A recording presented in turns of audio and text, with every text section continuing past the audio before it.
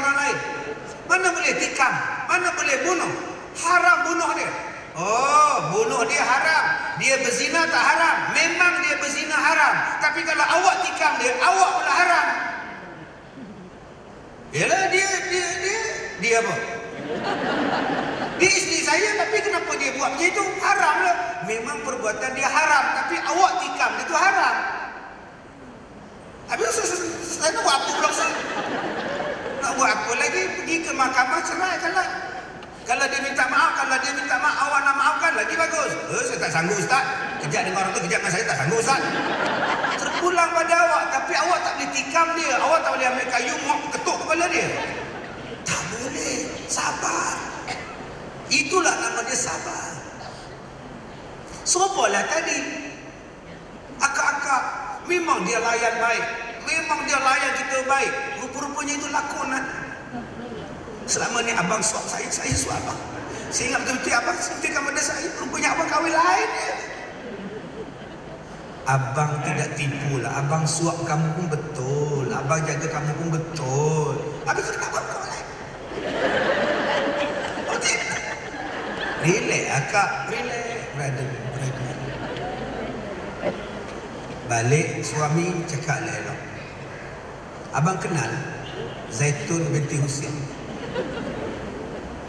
Apa? Itu cara nak mengenali orang yang menipu. Dia tengok belah kiri. Abang kenal tak Zaitun binti Ibrahim?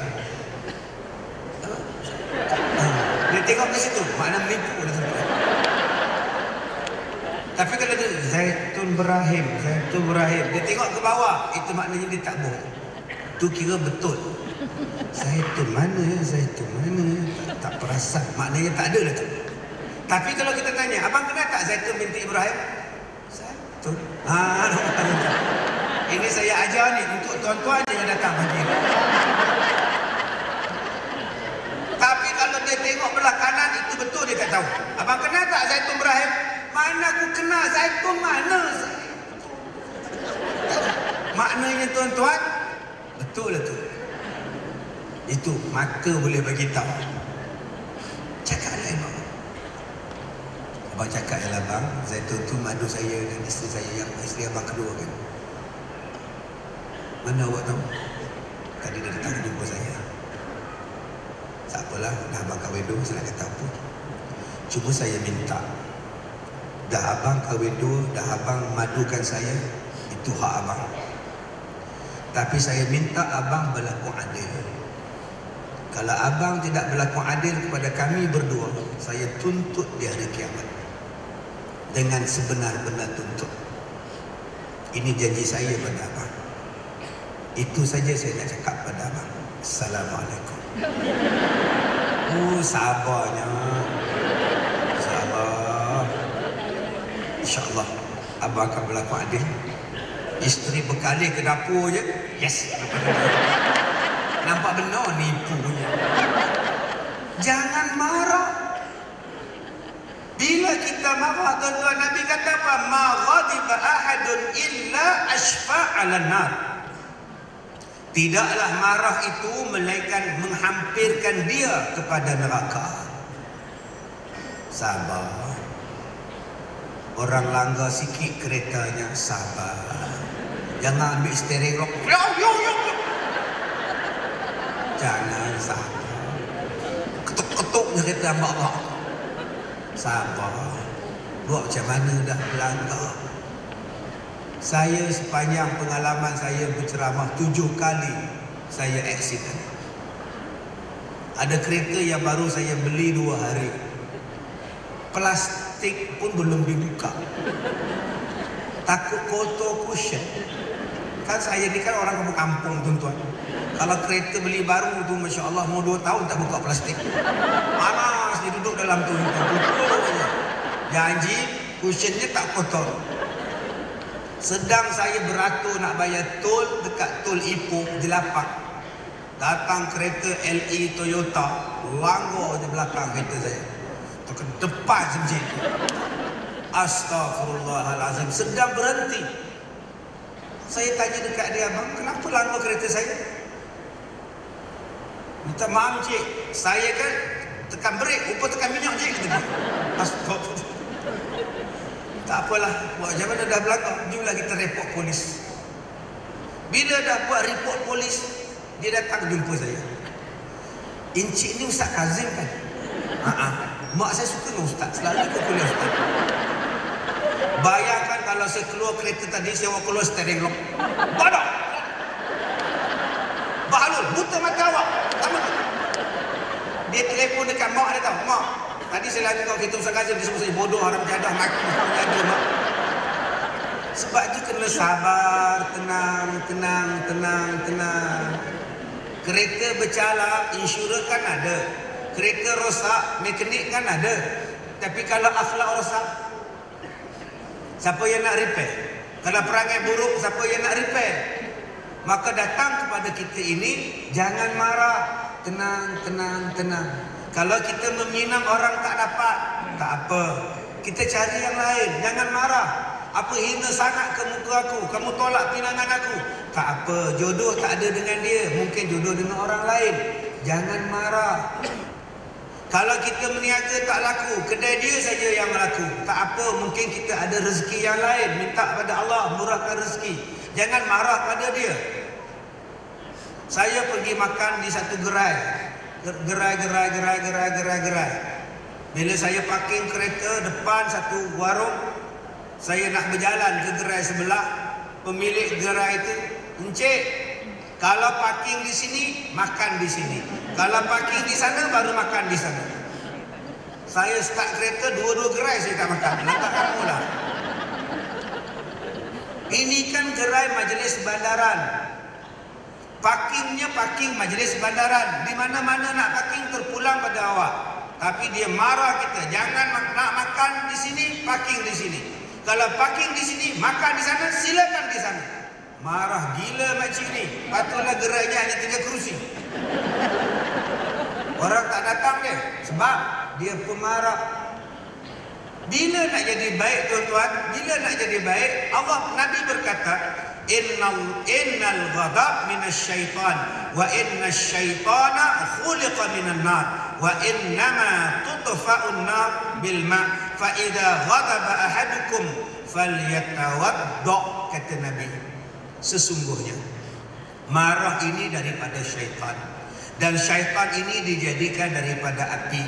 Maka dimarahkan dan hanya saja dipadamkan api dengan air. Maka apabila marah seseorang daripada kamu, cara paling mudah nak mengontrol kemarahan ialah berwudu. InsyaAllah tenang. Bukan makna ni tuan-tuan, bila marah berwudu. Tapi marah lagi Ustaz, sebab awak hanya berwudu. Tujuan wudu itu apa?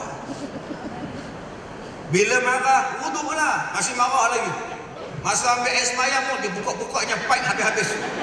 Geramnya aku. Pipe tak keluar pula air, dia tenangnya pipe tu. Tak, fahamlah di sini. Siapa yang marah, berwuduklah. Adakah ambil wuduk pun dia menung? Tak. Apa tujuan kita ambil wuduk? Pertama, solat. Lepas ambil wuduk, solat tenang. Sebab tu ketenangan datang dengan solat. Apa dia tujuan kita ambil wuduk? Sebab nak pegang Quran. Ambil wuduk, baca Quran. Hilanglah marah. Bukan semata-mata pergi ambil wuduk. Sebab tu banyak orang ambil wuduk, marah juga. Tak, pergi semayang. Mana ada orang semayang marah? Allah. Mana ada orang? Gila apa ke dia? Semayang tu kan tertib. Mana ada orang sembahyang menyerit, Alhamdulillah, Alhamdulillah. Datang untuk siap masjid, diangkat tu imam tu tak di luar. Kamu nak marah dekat luar. Bukankah dengan sembahyang itu jadi tenang? Bukankah dengan baca Quran itu jadi tenang? Saya duduk dalam bilik sebelah tu, dengar qari-qari baca Quran tenang. Nak marah pun tenang. Lapar pun rasa tenang. Lapar tenang. Itulah ubat kepada marah.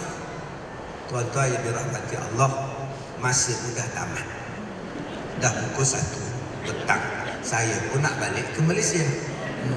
Jadi tuan-tuan, ada lagi 7 yang belum kita baca. Baru 3, ada lagi 7. Bila nak habiskan 7? Tahun depan. Tahun depan kita sambung pula 3 lagi. Bila nak habiskan lagi 4, lagi sekali.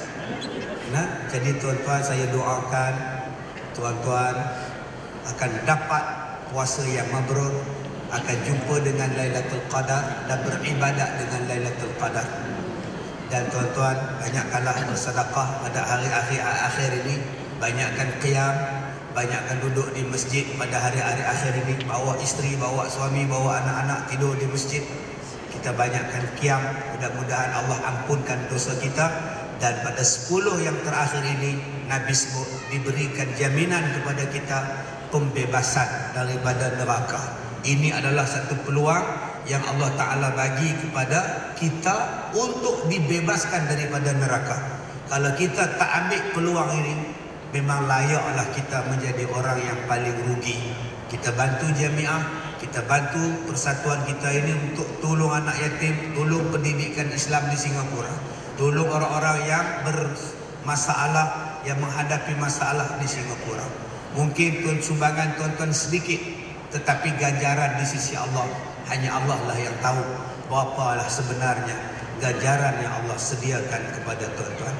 Bagi tuan-tuan yang nak dapatkan buku-buku saya dan produk-produk sekolah saya, tuan-tuan boleh dapat di pintu masuk dewan kita ini. Jadi tuan-tuan, saya rasa sekadar itu sahaja. Saya tutup dengan beberapa petua untuk bulan Ramadan. Yang pertama, kalau tuan-tuan rasa tak sihat, kalau tuan-tuan rasa dalam bulan Ramadan ini lemah-lemah, petua dia senang saja, untuk bagi badan cergas dan cerdas.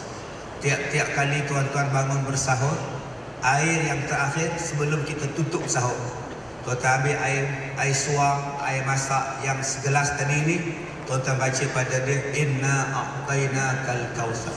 Bukan fasalli li rabbika, bukan li'ila fi quraish ila fihi rihlatash shita'i was-sayf. Tuan-tuan baca surah Quraisy. Baca surah Quraisy sampai habis. Kemudian tuan-tuan ambil air, minum. Itu petua yang saya amalkan. Sebab tu saya bercakap 2-3 jam pun tak apa dalam bulan Ramadan. Siang hari saya bercakap 3 jam, 5 jam saya berceramah. Setitik air pun dia rantak jambu saya. Macam hari ni lah, setitik air pun dia rantak. Tapi kita tak rasa dahaga, kita tak rasa penat. Tuan-tuan cuba amalkan selalu li'ila fi Quraisy ila fihim rihlatash shita'i was-sayf. Baca pada air segelas sebelum tuan-tuan sudah bersahur atau siap bersahur. Cuba buat. Jangan buat lepas subuh, nanti batal puasa. Jangan buat selepas sembahyang zuhur pula ambil segelas li'ila fi Quraisy. Jangan tuan-tuan. Tu nama dia sia-sia puasa dia tuan-tuan. Yang saya dah buatkan air penawar tu, tuan-tuan ambil air pun cukup. Baca pada dia li'ila fi Quraisy. InsyaAllah badan tuan-tuan jadi sihat.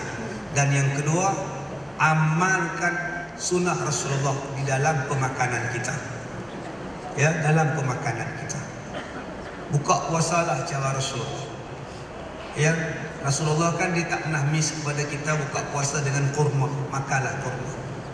Kurma jenis apa Ustaz? Pulanglah pada tuan-tuan, Ajwa ke, Maryam ke, Mabrur ke, janji dia adalah kurma.